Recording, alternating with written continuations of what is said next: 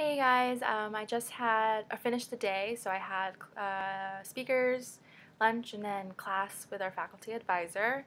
I decided that I'd probably do like a video a day if I could, just on what I was thinking or what was important, and then I could do another post with just pictures and a little bit of the boring stuff, like what the speakers talked about and what the things that we've been learning and things I'm learning and things like that. So right now, I'm kind of fired up because we had this really huge debate in my group, I guess you could say, with my faculty advisor just about voting behavior, voting turnout, and things like that. My faculty advisor, Chalmers, he's a professor at Elon University. He talked about voter IDs, where some states are now requiring where you have to bring your driver's license. I think it's like 9 states or something um, to vote. And it's something, one of those things where you're like, oh, that's a good idea, it's like less fraud and more security, and it ensures that one person gets one vote and things like that. But then you think about, the East Coast people, which is totally something I wouldn't think about because everybody in the West Coast has a driver's license. But people in the East Coast, sometimes they don't carry a driver's license. They don't drive. They don't even have a license. They don't have any, like, reason to have one except now voting. So in a time right now when voting is already, an issue for a lot of these politicians, in a sense that no one comes, it's going to be an even bigger deterrent for people to go and vote. On top of that, it kind of deters low-income people who either can't afford a license or can't afford the time to go get one, or doesn't have enough time to go to the polls anyway, so now you have to sign in with your ID, and just logistics like that I wouldn't have thought of before. And I'm not sure where I stand exactly on the issue. I think they both have really good sides, but it was interesting because that kind of conversation turned into voter apathy and how people our age don't really care as much as we probably should. And I can totally relate to that because it's hard. It's hard to get into politics. It's like old people kind of thing, and we don't know that much. And to be honest, I don't know that much. I don't follow the news religiously. I'm not savvy with people's names. I don't know, all of the acts and propositions going on, but I do have an opinion, and I do think certain things and and the government should be a certain way, and I'm not ashamed of that. And so that was really interesting to hear everybody's sides, and it was kind of like depressing but uplifting at the same time. I kind of want to take this time to like encourage everyone to register, just because people might think, oh, my vote doesn't matter and things like that. But I found out that in the '08 election, North Carolina won as a blue state just by 14,000 votes, which is like nothing. It's like only within Charlotte of North Carolina, there's already 1 million people. So winning by a majority of 14,000 is like nothing. Like, if those 14,000 people, which is like just one little county, decided not to vote, it could have gone the other way. And thinking about it like that, I just think people should realize that, your vote does matter. But at the same time, if you are voting, just make sure you are actually like, you actually know what, like, why you are choosing the person you're choosing, why you are choosing this person to represent our country. It's it's important. It's something that we should take seriously as civilians, and it's something we shouldn't take for granted. I mean, I think a lot of reason why we decide not to vote or we don't care enough to vote is because we're spoiled. We have everything we want. We don't have, crazy anarchy riots and, huge acts of genocide and things like that, where we're not suppressed in a way where we don't have the freedom to say what we want, like me taking a video and saying this right now.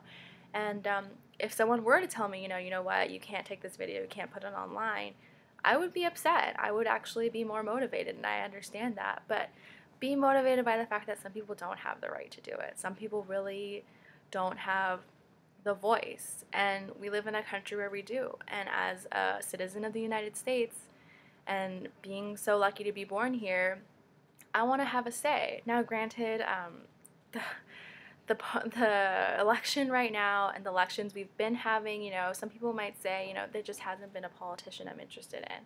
No one has stood up for the rights that I believe in. Granted, I understand, there are things that Obama says I don't like. There are a lot of things that Romney says I don't like, but if it's a lesser of two evils, so be it. You know, at least you had a choice and you made a decision on who you wanted to represent this country, and you did it. I think it's really important for people to take part in our democracy, because if you don't, who will? You can complain about the 1% all you want, but I guarantee they're the ones voting. So I would just say, you know, take the time to register. If you're not going to want to go to the polls, get an absentee ballot. Just do something. Do something to be active, because we're getting older. We're going to be, you know, full-fledged, responsible, you know, working adults, where we will have to worry about taxes. We will have to worry about health insurance. We will have to worry about Social Security, all of these things. And even as college students, you know, do you want someone who's going to raise your loans, the loan, what's the word? In the loans, oh my God. Do you want someone who's going to raise the percentage on your loans? You know, do you want someone who's going to raise that interest as high as double? I mean, those are things that actually pertain to us. Those are things that pertain to our parents. You know, these are things that are real. I mean, do you want someone who's going to tell you where to smoke, what to smoke, what kind of trans fats you need? Those are little things, but they matter. And I think it's really important for people to actually get involved, you know. I don't read the news every day. I don't know things, but I have a voice here, and it's really exciting for me to be able to talk to people who are more savvy and still have a opinion. I mean, we all have opinions, and I think we can execute that, and we can make it a voice simply by voting. So that's me on my soapbox. I hope I didn't upset anyone. I didn't mean to, and like I said, I'm not completely informed with everything, so I don't know everything that I'm talking about, and some things I could be saying is wrong, but I do know we have this right, and although it is a right in this country, it's a privilege in others, and I do feel that we could excel as a country if us young adults took the chance just a little bit once a week to get a little bit informed, to see what's going on, watch the convention, watch the presidential debates coming up, you know, in October, and just realize, like, this is the representative of our country. Like, even if you don't care about politics, you should care about the person who's going to be making the rules that you have to live by, because otherwise, what else is there? I mean, in the grand scheme of things, I think it's important for us to realize that this is a democracy, and it's not a democracy if the people don't say anything. So that's that. I'm having a really good time, obviously. I think my brain is kind of on overdrive right now, just with all of the conversations we just had. I'm really excited to see what the convention's going to bring, and I'm definitely keeping myself updated on the Republican National Convention right now, so you should take a look.